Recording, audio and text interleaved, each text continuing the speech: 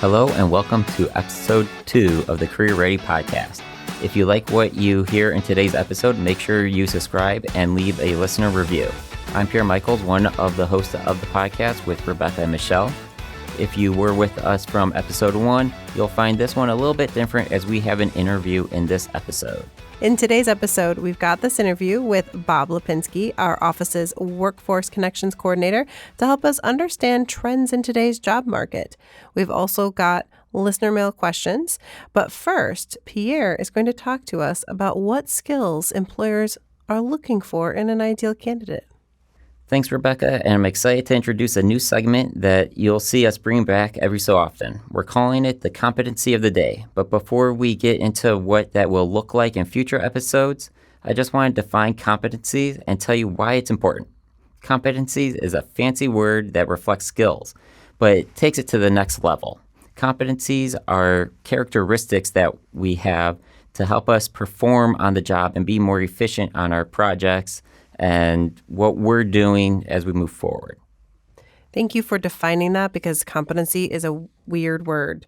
It's not something we use in everyday language, but I think it's really important to think about that we're not just talking about like, I've got a knack for this or a skill for this. It's like, no, like how can we elevate this and bring it to the workforce? And a lot of times I'll just use it interchangeably, competencies and skills, but they are different, right? Skills are just skills, but competencies, these are part of who we are and how we're presenting them. So it's really important to pay attention to that. And the way that we can focus in on competencies, or what helps give us some directions, is NACE, which is the National Association of Colleges and Employers. And NACE is a professional association made up of employers and college professionals, such as those here on the podcast. And it's important part to bridge that connection, because NACE is surveying employers for us, and they're helping identify those competencies that they're looking for. And repeatedly, they're coming back with the same top 8 skill sets or competencies, those being critical thinking, communication, technology, teamwork, multicultural fluency or equity and inclusion, professionalism, leadership, and that's 7. I think the last one is career and self-development. Oh, thank you. Career and self-development. I should remember that. That's what we're doing here, right? The whole point of this, I guess. Yeah. So, these are the 8 competencies, and to help identify these from the employers is really helpful, because it doesn't matter what region they're in, what industry they're in. All employers are coming back with these are those competencies, those skill sets that they want. And in future episodes, we'll do a deeper dive into these 8, and we'll revisit them and look at behaviors associated with each. But for now, we're going to go ahead and share an interview with you that Rebecca did with Bob Lapinski, and they're discussing the current job market.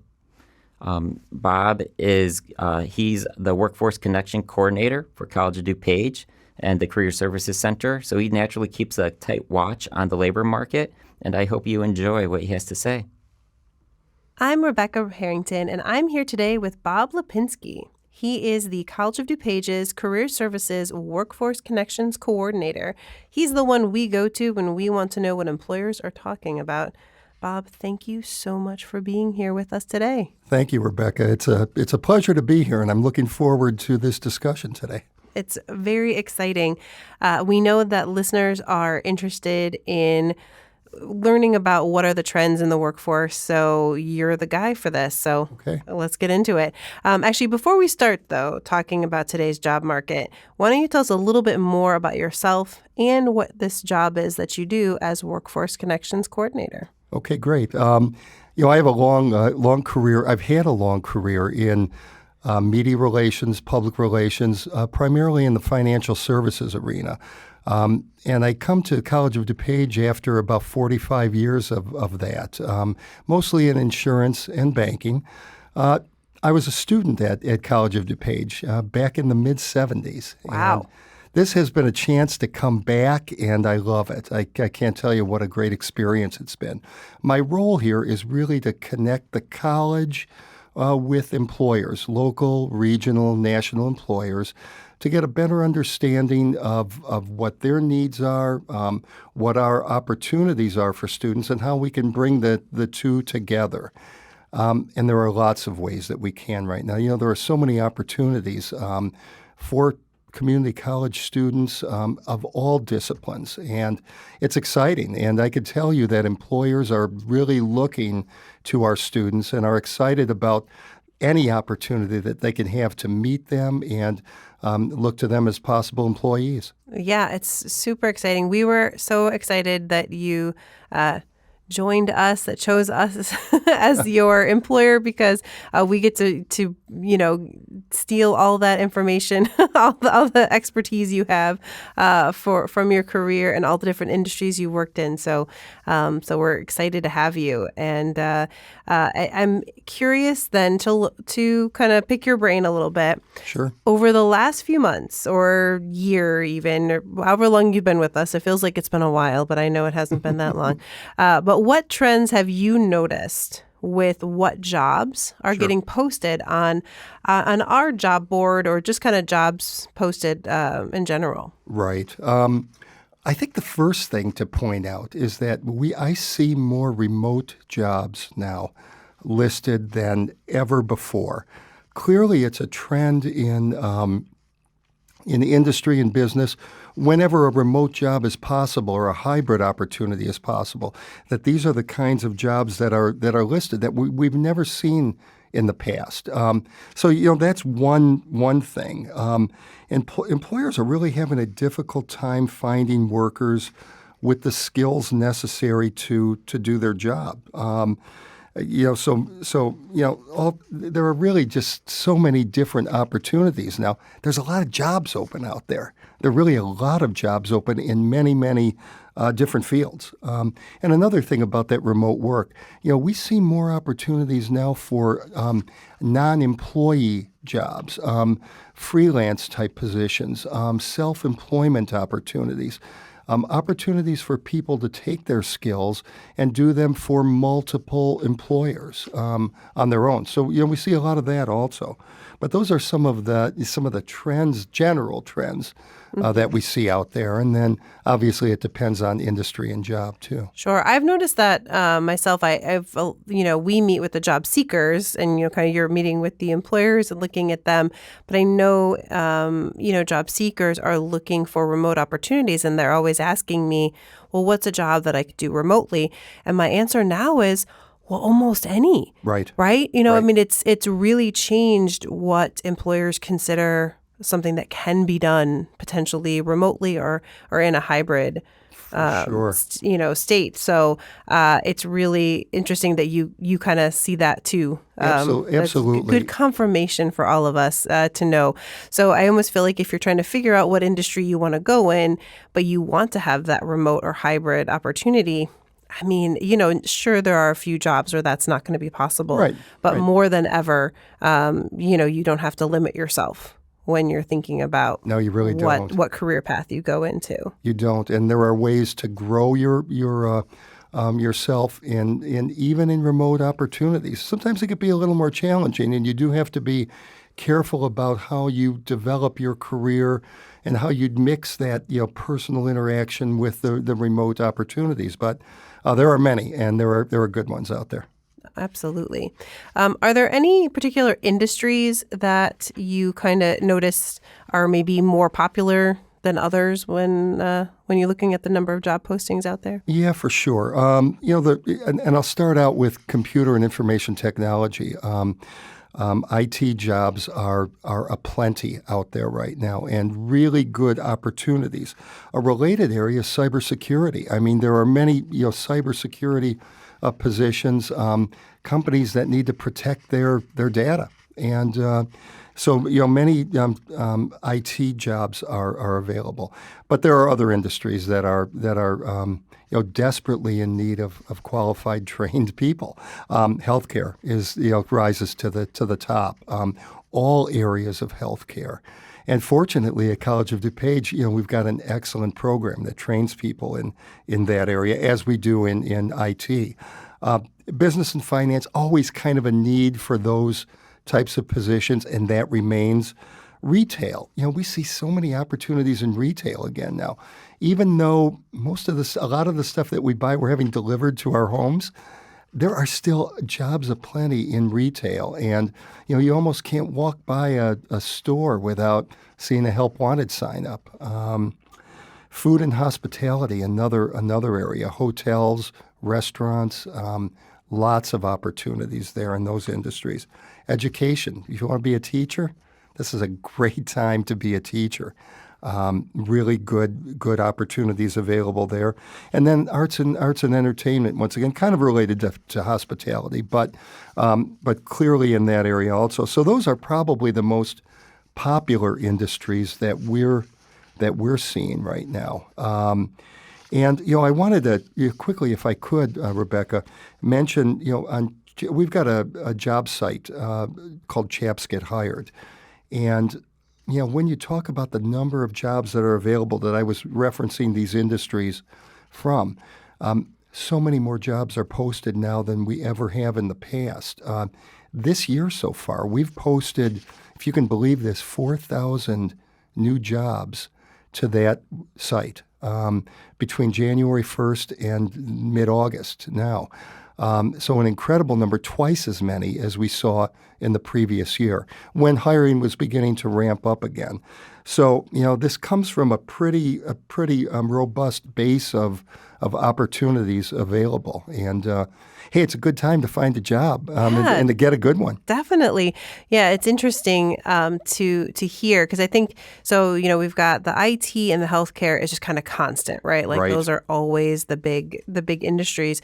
But then it's interesting to hear you talk about retail and hospitality and entertainment because I think people are now kind of going back to that services. For a while, we were kind of staying home and just kind of doing things from home, and now we're getting out there again. And so those industries who had maybe laid off people or weren't hiring as much are now hiring again. So that's interesting to hear that's kind of, you kind of suspect that's the case, but then to hear like, nope, those are the kind of jobs that people are posting out there is interesting. Exactly. And, I should add a couple things too. Manufacturing, construction, HVAC, auto repair, a host of opportunities there. And when you really look at what we can train and prepare folks for here at College of DuPage, that sure lines up with some of our specialties. But Rebecca, I'm glad to share some of the specific jobs. We talked about industries,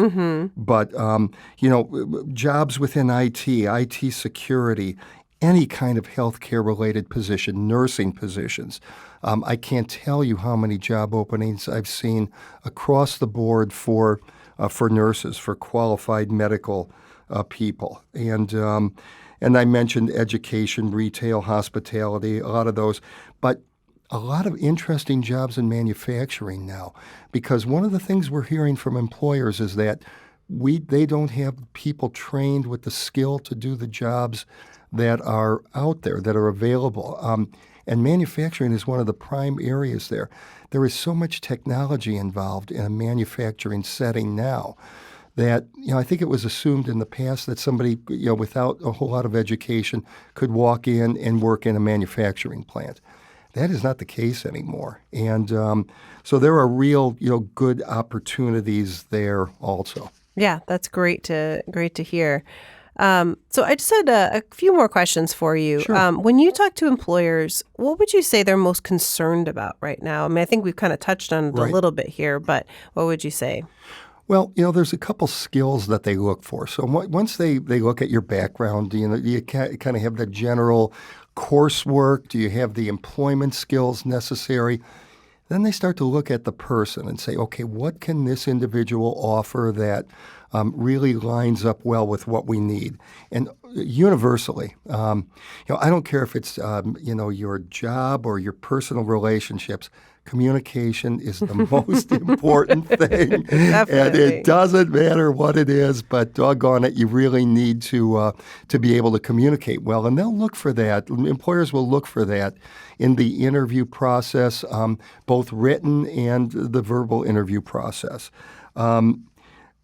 critical thinking, just the ability to take a look at how something is done and say, that's good, but what about such and such? And I think that's another real good skill that they're looking for. They'd like to see leadership. They want somebody that's going to be able to grow in the company. And in order to grow, it doesn't just mean being bossy. It means because we can all do that.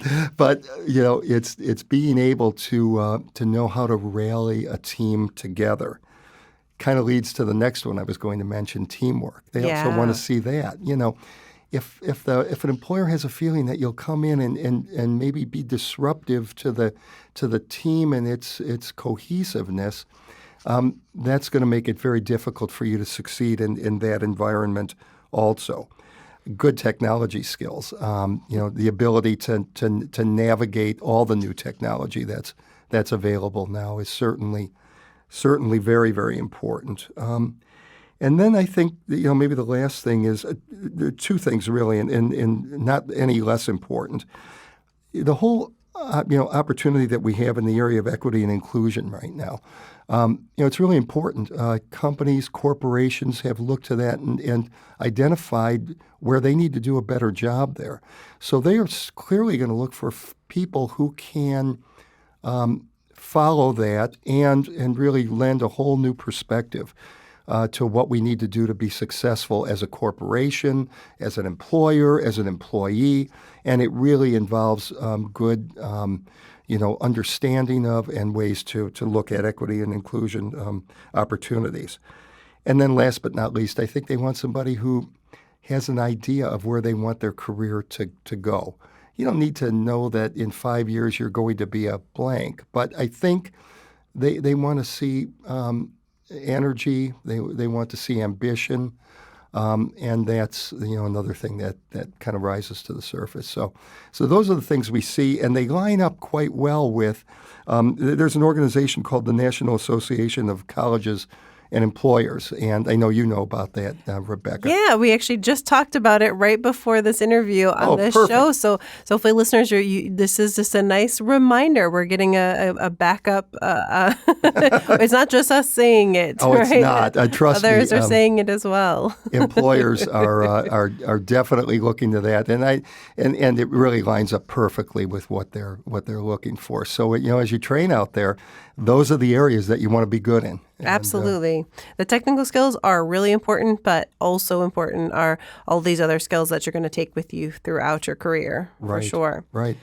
So last thing, any other tips or information you want to share to those job seekers out there? Yeah, I mainly want to offer encouragement.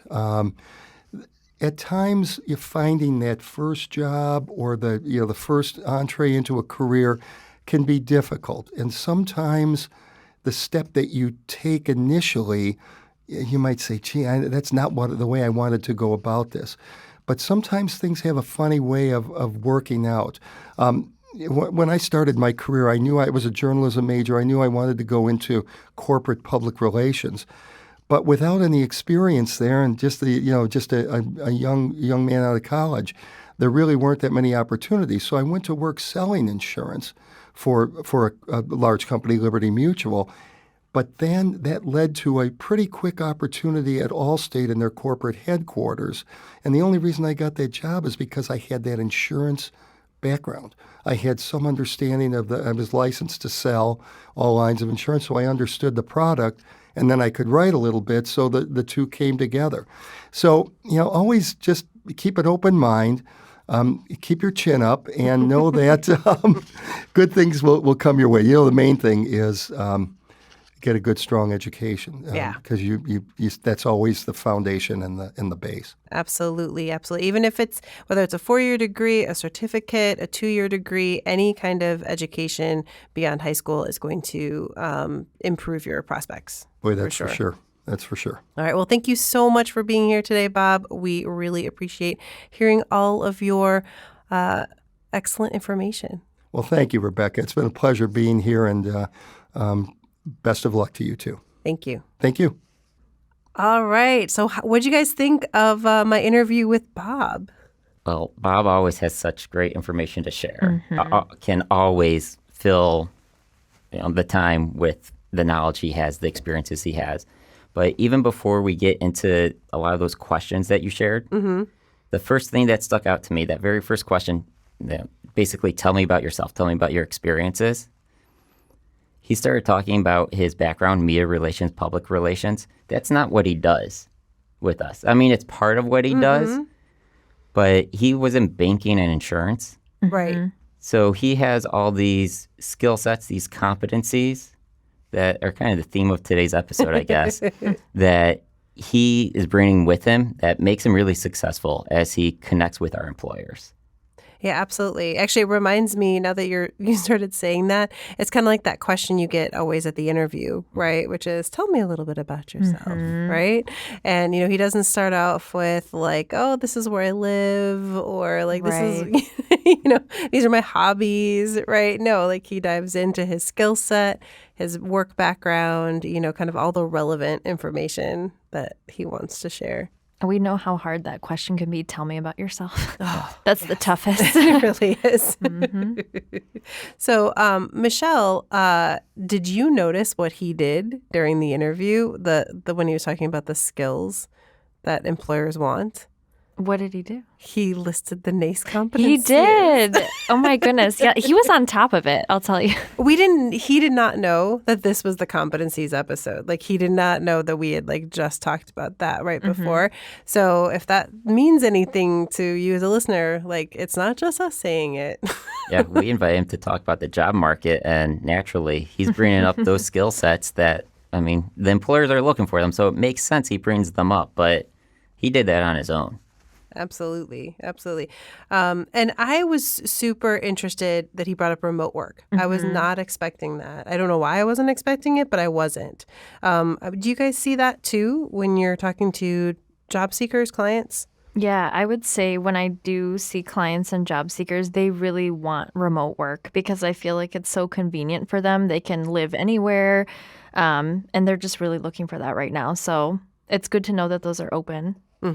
Yeah, definitely. Yeah. Any other things that came up? Well, just a note on that remote work first. I think that's really the employers responding to where the market's at right now. Because you hear some employers are hesitant about it, but they realize if they want talented people, they have to provide this now.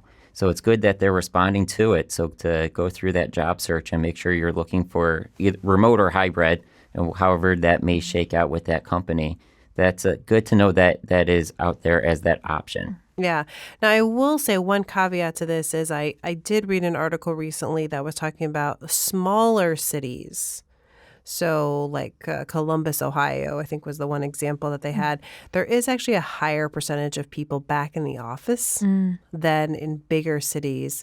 Or maybe even more remote locations too. There's something about maybe it's like a shorter commute or just kind of a different expectation. But I still think even there are more remote opportunities. And hey, those remote opportunities don't have to be in that city, right? They can be jobs in Chicago for that matter. That's the beauty of remote work. Yeah, definitely. Vacation in Hawaii and you're still working in Chicago. Well, I've actually had friends, so they have remote jobs and they'll just go to like Arizona or they'll go on vacation. They just work from there. So it's really convenient. A lot of people want that. Yeah, right. It's you can choose your own lifestyle. Like, hashtag van life and can go wherever. What do you guys think about the industries that he talked about as kind of the top industries? He talked about informational technology, healthcare, education. Yeah, I feel like with retail and education, that didn't really surprise me. Like what Bob was saying with retail, I see those help wanted signs everywhere. And I know with education, I do have some family members in education that are exiting the field. So a lot of teachers, I think, are exiting right now. So that didn't really surprise me. But I'm glad he brought that up. Sticking with the remote work and the IT and cybersecurity, I think those go hand in hand. That's true. People are working in different settings, so that cybersecurity to protect company information and how that's being transmitted through the web, that's going to only increase as we move forward. So it's not just a reaction to the pandemic, but how we're moving forward. Yeah, definitely. I think I did read even just a few years ago about the fact that the United States is short-staffed when it comes to cybersecurity. And I think some of that can be the real high level, like we're protecting corporate secrets kind of thing, government secrets. But it also is just that day-to-day making sure that email communications are secure, that the phishing emails aren't getting through, or that helping train employees to know, what to look for. So, that our College of DuPage has a cybersecurity program, and I'm positive there's more out there all around the country. Definitely an interesting career path. Anything else from the interview? Well, I just want to say the jobs posted, that's insane. 4,000 jobs posted. I think, don't quote me on this, but when I was talking to Bob, I think it was a semester ago, he said during the pandemic there were maybe like 200 or 300 posted, and now it's 4,000. Yeah, definitely roaring. Yep, that resource is blowing up. It's waiting for job seekers. Yeah. And actually, that just made me think. One last comment I would say is, if you are an alumni, of a college, or you've got that local college near you, your local community college, I'm guessing they have a job board just like we do. And it's a great place to go to look for work, because not every it's not like an Indeed or some bigger, job board where employers are getting people from everywhere and getting all sorts of just kind of crazy resumes they have to sift through. But when you go to a kind of a more focused job board like that as an employer, you're not getting as many resumes. So you as the job seeker are more likely to be seen, which is pretty good. Last thing I want to throw out there, starting off with the first question. Now I want to go to the last question. Okay. He shared a lot of good information about the job market, but just like his advice from his experience is so helpful. So the other tips, information to walk away with, he said, it's funny way things work out. So there's this whole idea of planned happenstance. Are you guys familiar with this? No. I don't think so, no. So this is a whole career theory that we don't dive super deep into, at least in the theory of it, but in the application of it. And this is having ideas of your goals and making things happen, right? Kind of by chance, networking, but all of a sudden now you know people. So then when an internship happens at that place, so things have a funny way of working out, but being able to put yourself out there, use resources, and apply what we're going to be talking about as we move forward with this podcast. Great information to help create things working out in a funny way for you. Yeah, our career path is rarely a linear path as much as we think it's supposed to be. I was going to say I wanted to be a counselor, and I thought I wanted to work with teens, but then I had an internship and that didn't work out. So, based off that experience, I figured, okay, well, I need to change my career path. So I ended up shadowing somebody in academic advising, being with college students, and that's where I am today. And I loved it. So Bob's advice was spot on. Yeah, definitely. Thank you, Bob, out there in the world. We appreciate you coming on the show. I'm sure we'll have Bob back. So if you've got questions, definitely send them to us. And we'll have more interviews too. So we're excited to bring those to you when we can. I think bringing in other experts is going to be really helpful for us. All right, so we've got one last section today. We've got our listener question. Yeah, thank you, Rebecca. So we did have a listener ask something specifically. They said, I don't have all the skills listed on the job posting. Should I still apply? So the answer to that is absolutely. Definitely still apply, and I'll explain why. But we usually say be at least 80% qualified for a job so that you're not wasting your time or the employer's time. But it really never hurts to apply, because even if you don't have the exact skills listed on the job posting, you may have similar skills that you can speak to. So these are called transferable skills, or skills that you can transfer from job to job. So say, for example, an employer is asking you to be familiar with a specific type of software or technology. That may be really common these days. You may have not had a chance to use that particular software in a job or a previous job, but in your professional documents and in an interview, you can really speak to the types of technology that you're familiar with and emphasize that you're a fast learner. So maybe in a previous role, you had to learn a program really quickly in order to complete daily tasks. And if you did this shows an employer that you're then willing to put in the effort to learn what you need to learn at their company in order to do well on the job. So if you do see an opportunity that you think would be a good fit, just go ahead and apply. Don't limit yourself, and also be confident in what you bring to the table. That sounds a lot like the technology competency. You're spot on. Yeah. No, that's I completely agree. I think I like the 80-20. That's a nice way of thinking about it. Not that it has to be exactly perfect, but and then to think of those transferable skills, which often are related to the competencies that we've been talking about. I think that's a great way to look at it. Thanks again to all of our listeners, and special thanks again to Bob Lapinski, our Workforce Connections Coordinator, for joining us on the podcast. Be sure to tune in to our next episode, as we're going to do a deeper dive into transferable skills and what those are. Also, with our listener questions, be sure to email us at careerpodcast@cod.edu with any questions that you have.